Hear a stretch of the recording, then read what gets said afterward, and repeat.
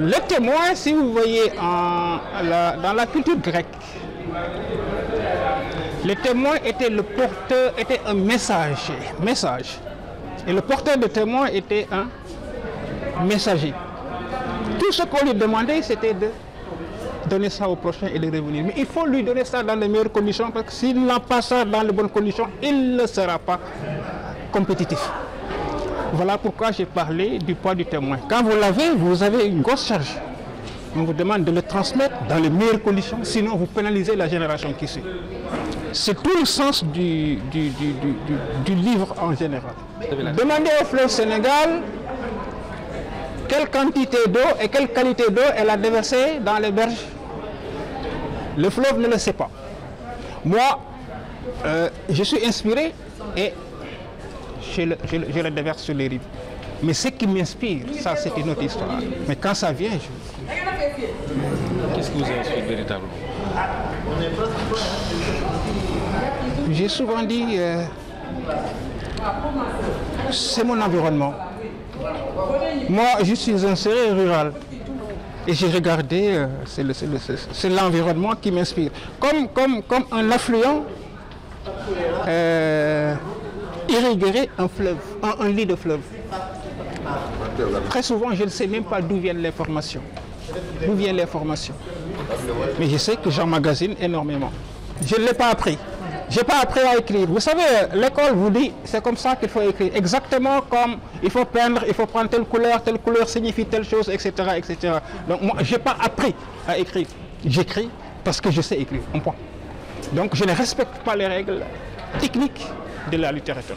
Votre environnement vous a inspiré? Oui. Et ça dit que vous revenez un peu sur le royaume d'enfance? Oui, je ne sais pas. Vous savez, un jour, ma fille, qui est ma première lectrice, m'a dit « Papa, vous avez fait de l'autobiographie ». Je dis « Ah bon? Quel est le personnage qui me ressemble ?» Non, vous ne ressemblez à personne. Mais chaque fois que vous mettez un personnage en situation, il réagit comme vous aurez réagi si vous étiez à sa place.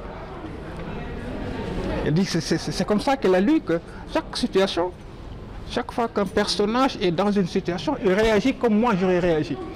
J'ai dit bon, ça ce n'est pas une biographie, mais peut-être une similitude. Vous avez parlé tantôt de spontanéité dans votre écriture.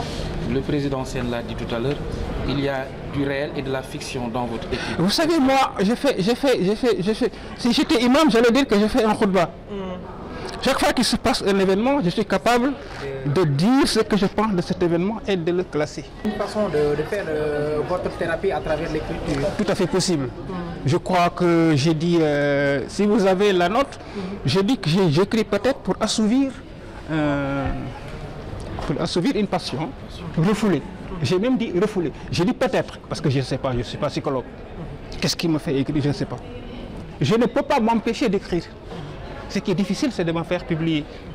Il n'y a que mes amis qui lisent mes productions. Je prête ma plume à un environnement. C'est pourquoi je n'ai pas un langage particulier.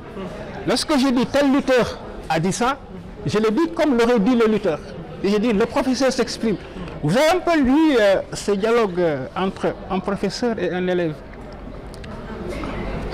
qu'a tracé le professeur Kitane. Cette lutte frontale que moi j'ai appelée les chocs mous et les chocs élastiques. Donc, vous qui n'avez pas, s'il y a des scientifiques, on parle de chocs mous lorsque des protagonistes s'imbriquent après s'être affrontés. C'est une fusion de culture. On parle de choc élastique lorsque ils se détachent chaque fois qu'ils se rencontrent. Donc je parlais de choc. Je parle de choc mou et de choc élastique de culture. Donc je n'ai pas un style exactement. Je prête toujours ma parole ou ma voix à celui qui parle.